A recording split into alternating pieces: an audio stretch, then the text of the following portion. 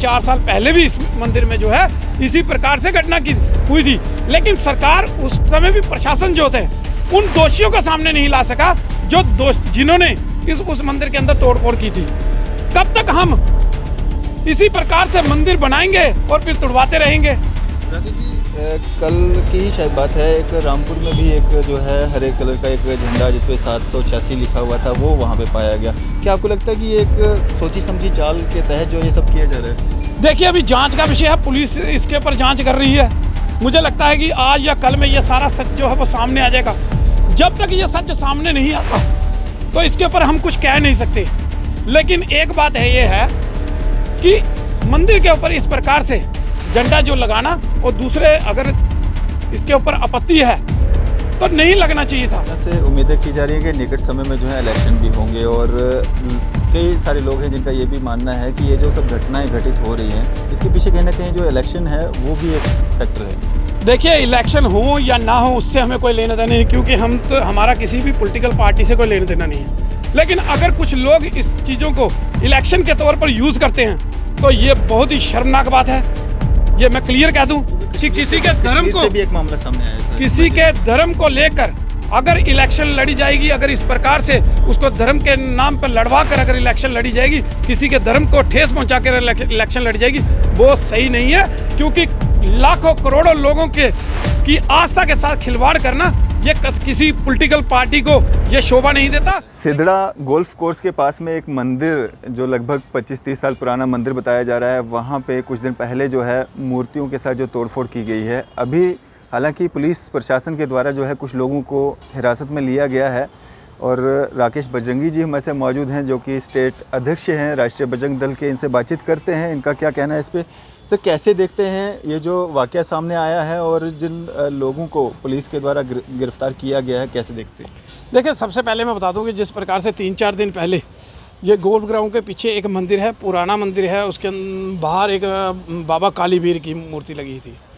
वे देखिए, बाबा कालीवीर जी की मूर्ति जो है वो लगाना ये दर्शाता है कि किसी का देवस्थान, क्योंकि बाबा कालीवीर जो है वो नॉर्थ इंडिया में सबसे ज़्यादा पूजे जाने वाले कुल देवता हैं। तो उसके अंदर जो है वो दुर्गा माता की मूर्ति, बाबा नार सिंह की मूर्ति, उसके बाद भगवान गणेश की मूर्ति, वो सभी खंडित की गई हैं। दुर्गा माता की मूर्ति तो पूरी तरह से क्षतिग्रस्त कर दी। उसके बाद ये बाबा कालीवीर की मूर्ति जो है पूरी तरह से क्षतिग्रस्त कर दी। उसके बाद टाइलें तोड़ने की कोशिश की गई है। और उसके बाद तो एक ये है कि वहाँ पर एक स्टोर है, उस स्टोर के ताले काटने की जो है वो कोशिश की गई है। तो हम ये पूछना चाहते थे सरकार को कि ये किसके जो है ये घिनौना काम किसका है, किस मकसद से ये, और ये 1-2 व्यक्ति का काम लगता नहीं है। मुझे लगता है कि आधा दर्जन से ज़्यादा लोग जो हैं इस कृत्य में जो हैं वो शामिल हो सकते हैं। ये तो पुलिस का काम है कि सामने लाना कि कौन व्यक्ति है, किस मंशा से वहाँ पर गया था। अगर इस प्रकार की घटनाएं अगर यहाँ पर होंगी तो ये दंगे भी भड़का सकती हैं। देखिए, जम्मू कश्मीर में आज तक कभी इस प्रकार की घटनाएं जो हैं वो हुई नहीं, और हम चाहते भी नहीं कि इस प्रकार की घटनाएं जो हैं वो यहाँ पर हों। लेकिन कौन लोग हैं ये करवा रहे हैं, कौन लोग हैं यहाँ का माहौल ख़राब करना चाहते हैं, किस मंशा से?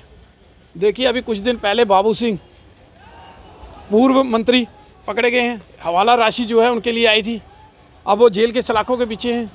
आज के मीडिया के माध्यम से ये भी पता चला है कि उनके लिंक जो हैं वो पाकिस्तान से जुड़ते नज़र आ रहे हैं। तो इस प्रकार से क्या और भी लोग जो हैं अंदर घुसे हुए हैं जो यहाँ का माहौल ख़राब करना चाहते हैं? क्या ऐसे और भी कोई नेता हैं? क्या ऐसे और भी समाज के अंदर ऐसे उपद्रवी जो हैं वो कोई हैं जो यहाँ का माहौल ख़राब करना चाहते हैं? ये हम सरकार से मांग करेंगे, उनको सामने लाया जाए। दूसरा नंबर, हम एक चीज़ और चाहते हैं कि अभी हम थोड़ी देर में डिवीज़न कमिश्नर के पास जा रहे हैं। अब डिवीज़न कमिश्नर के पास हमने एक लेटर दे रहे हैं कि इस मंदिर का पुनर्निर्माण करवाया जाए। जो हमें प्रशासन ने पहले आश्वासन दिया था कि हम इसका पुनर्निर्माण करवा के लोगों के लिए खोलेंगे, तो हम सरकार से ये हम अपील करना चाहते हैं कि जल्द से जल्द इस मंदिर को दोबारा से पुनर्निर्माण करवा कर मूर्तियों को प्राण प्रतिष्ठा के साथ स्थापित करके पब्लिक के लिए खोला जाए, ताकि पब्लिक वहाँ पर जाए। और उसके साथ ही इस मंदिर का जो रास्ता है वो वहाँ पर नहीं है। वो रास्ता कहाँ गया, किसने इंक्रोचमेंट की, इसकी निशानदेही करके सरकार जो है वो उन इंक्रोचरों को सामने लाए, उनके बीच में जो बनाए हुए स्ट्रक्चर हैं किसी ने इंक्रोचमेंट करके उनको हटाया जाए, ताकि मंदिर का रास्ता जो है वो मंदिर को मिल सके, ताकि पब्लिक वहाँ पर जा सके। जब लोग वहाँ पर आते जाते रहेंगे, वहाँ पर लाइट का सिस्टम जो है नहीं है अभी तक, लाइट लगाई जाए, सीसीटीवी कैमरे जो हैं वो वहाँ पर लगाए जाएँ, क्योंकि ये पहली बार घटना नहीं हुई है। इससे पहले भी सुनने में आया 4 साल पहले भी इस मंदिर में जो है इसी प्रकार से घटना की हुई थी, लेकिन सरकार उस समय भी प्रशासन जो थे उन दोषियों को सामने नहीं ला सका जो जिन्होंने उस मंदिर के अंदर तोड़फोड़ की थी। कब तक हम इसी प्रकार से मंदिर बनाएंगे और फिर तुड़वाते रहेंगे? राकेश जी, कल की ही शायद बात है, एक रामपुर में भी एक जो है हरे कलर का एक झंडा जिस पे 786 लिखा हुआ था वो वहाँ पे पाया गया। क्या आपको लगता है कि ये एक सोची समझी चाल के तहत जो ये सब किया जा रहा है? देखिए, अभी जांच का विषय है, पुलिस इसके ऊपर जांच कर रही है। मुझे लगता है कि आज या कल में ये सारा सच जो है वो सामने आ जाएगा। जब तक ये सच सामने नहीं आता तो इसके ऊपर हम कुछ कह नहीं सकते। लेकिन एक बात है, ये है कि मंदिर के ऊपर इस प्रकार से झंडा जो लगाना, और दूसरे अगर इसके ऊपर आपत्ति है तो नहीं लगना चाहिए था। क्यों लगाया, किसने लगवाया, ये जांच का विषय है। इस प्रकार की घटनाएं जो हैं समाज के अंदर तनाव पैदा करती हैं, तो पुलिस को इसके ऊपर भी कार्रवाई करनी है और जांच जो है इसके ऊपर तेज करनी चाहिए। अगर बार बार इस प्रकार की घटनाएं जो हैं एक एक दो दो दिन के बाद होंगी तो ये मुझे लगता है कि यहाँ का माहौल ठीक नहीं रहेगा। चलो, पुलिस जो है वो सतर्क है, पुलिस अच्छा कार्य कर रही है, लगातार जो है कार्रवाई जो है उनकी हो रही है। तो मैं ये कहना चाहता हूँ कि प्रशासन से ये कहना चाहता हूँ, सिविल एडमिनिस्ट्रेशन से ख़ास तौर पर, कि वो भी थोड़ा जागे। पुलिस तो अपना काम कर रही है, लेकिन सिविल एडमिनिस्ट्रेशन जो है कहीं ना कहीं इसमें फेलियर पाई जाती है। डीसी साहब फ़ोन नहीं उठाते,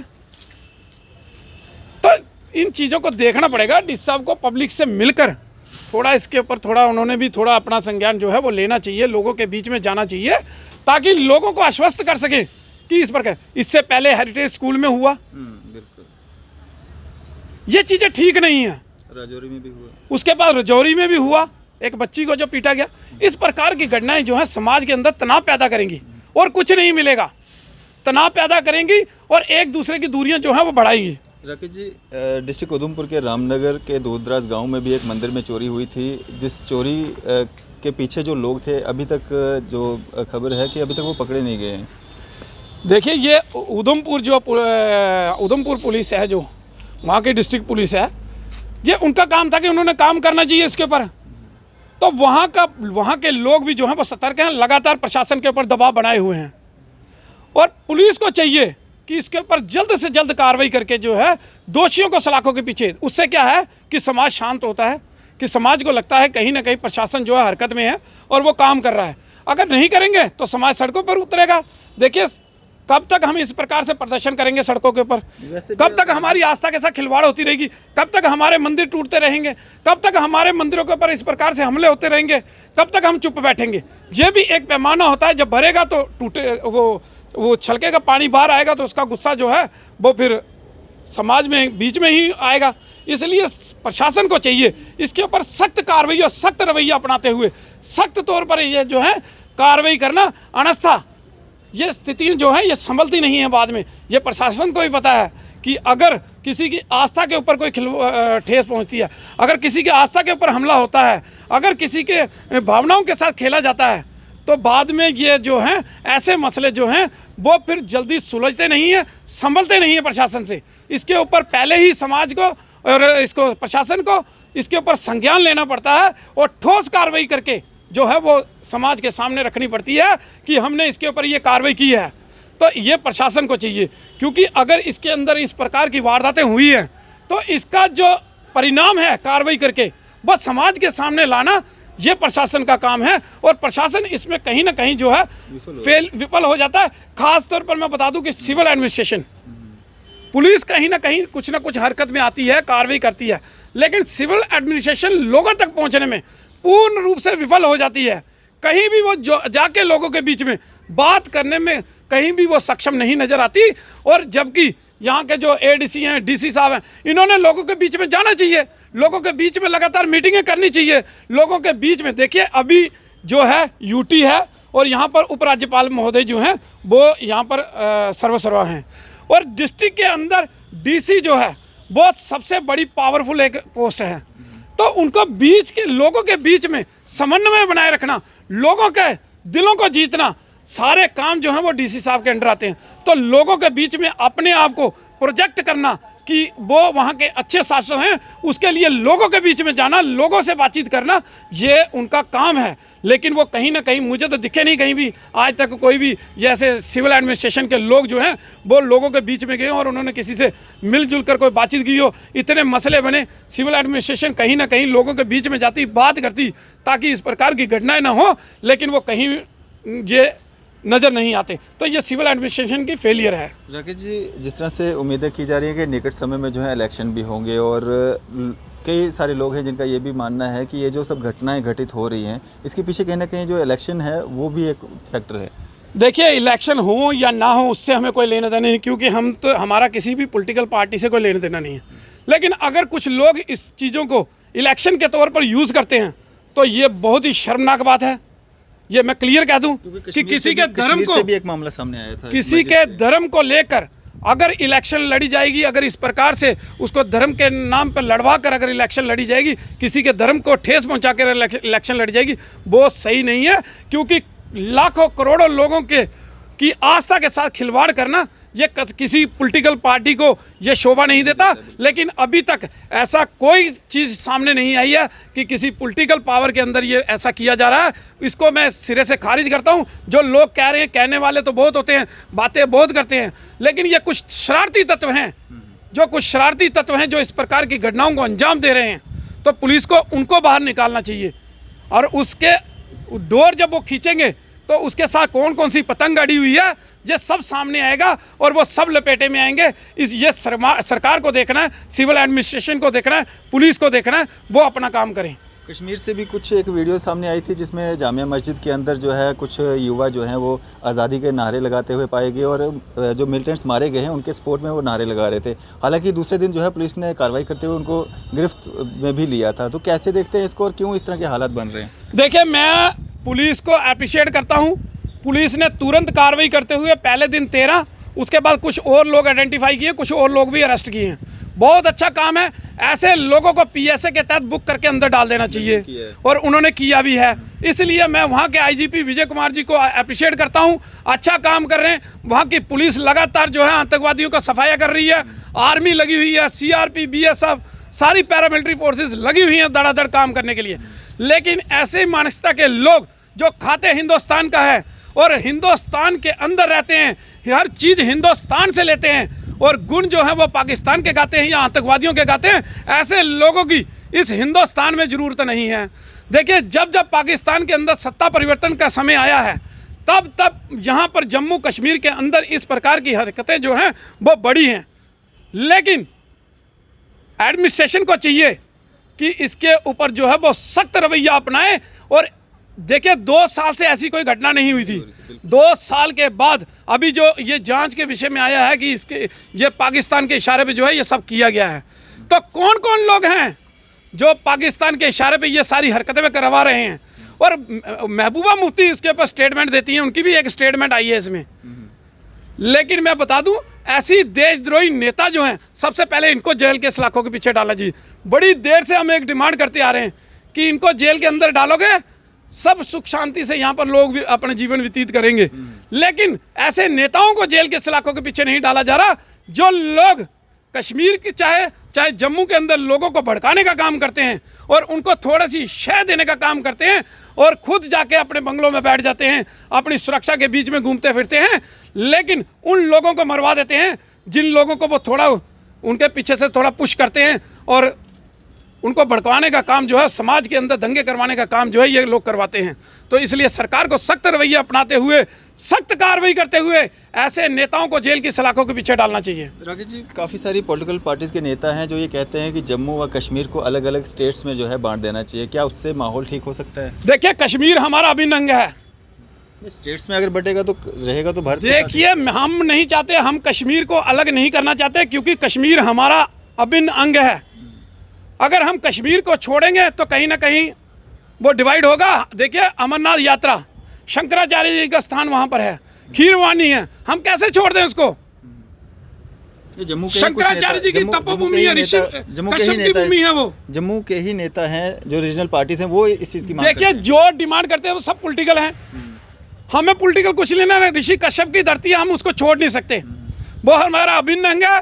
कश्मीर हमारा रहेगा। कश्मीरी पंडित जो हैं सबसे पहले वहाँ के रहने वाले बाशिंदे हैं, और कश्मीरी पंडितों को वहाँ पर पुनः बसाने का बीड़ा जो है हम लोगों ने उठाया है, और उनको पुनः वहाँ पर बसाकर कश्मीर को फिर से वैसे ही स्वर्ग बनवाने की हम कोशिश करेंगे, जैसी आज से 40-45 साल पहले जो है कश्मीर हुआ करता था। तो हम कश्मीर को कहीं नहीं अलग होने देने वाले, क्योंकि कश्मीर ऋषि कश्यप की धरती है, हमारी धरती है, हमारे गुरुओं की धरती है, और इस धरती को जो है हम कहीं छोड़ने वाले नहीं हैं। इसलिए जो नेता कहते हैं अपनी पॉलिटिकल फ़ायदे के लिए कहते हैं, हमें उनके पॉलिटिकल कैरियर से कोई लेना देना नहीं है। हम कश्मीर को अपना भिन्न अंग मानते हैं और अपने साथ रखना चाहते हैं। राकेश जी, क्या एक मैसेज देना चाहेंगे आम जनता के लिए? देखिए, आम जनता को मैं ये कहना चाहता हूँ, जिस प्रकार की परिस्थितियाँ जम्मू कश्मीर के अंदर बन रही हैं, सतर्क रहें। कौन उन लोगों के ऊपर ध्यान रखें। अपने मोहल्ले की जिम्मेवारी आप लें। पुलिस हर मोहल्ले में नहीं पहुँच सकती, लेकिन आप अपने मोहल्ले का खास ख्याल रखेंगे, अपने एरिया का ख्याल रखेंगे, तो अपना मोहल्ला सेफ रहेगा। इसी प्रकार से हर व्यक्ति जो अगर कोई बीड़ा उठाएगा, तो अपना समाज जो है, अपने एरिया की सुरक्षा जो है हमारे अपने हाथ में है। इसलिए समाज से मेरी ये विनती है कि सतर्क रहें और सचेत रहें। चलिए, शुक्रिया हमारे से बातचीत। धन्यवाद जी। तो ये थे हमारे साथ राष्ट्रीय बजरंग दल के स्टेट अध्यक्ष राकेश बजरंगी जी। इसी तरह की मजीद अपडेट्स के लिए आप देखते रहें न्यूज़ 7 इंडिया। मैं फैज़ल मडैंग, कैमरामैन शाहनवाज के साथ।